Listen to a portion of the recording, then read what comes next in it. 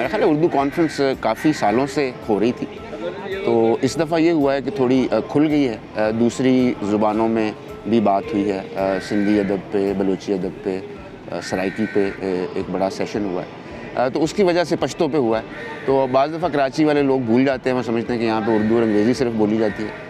कराची दुनिया में पश्तूनों का सबसे बड़ा शहर है, यहाँ पे बहुत बड़ी सराइकी आबादी है। पंजाबी में भी नावल लिखा जा रहा है, बलूची में भी शायरी हो रही है, अपना दूसरी ज़ुबानों में भी हो रही है।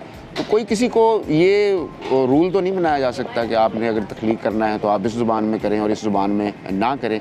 ज़ाहिर है अपनी ज़ुबान में करना जो है वो सबसे अशरफ काम है, लेकिन हमारी बड़ी तारीख़ रही है, एक हम अंग्रेज़ों की कॉलोनी रहे हैं, तो अंग्रेज़ी भी हमारी एक तरह से इलाकाई ज़ुबान है। लेकिन ये बात आपकी दुरुस्त है कि जो अंग्रेज़ी में लिखते हैं उनको नाम थोड़ा ज़्यादा हो जाता है।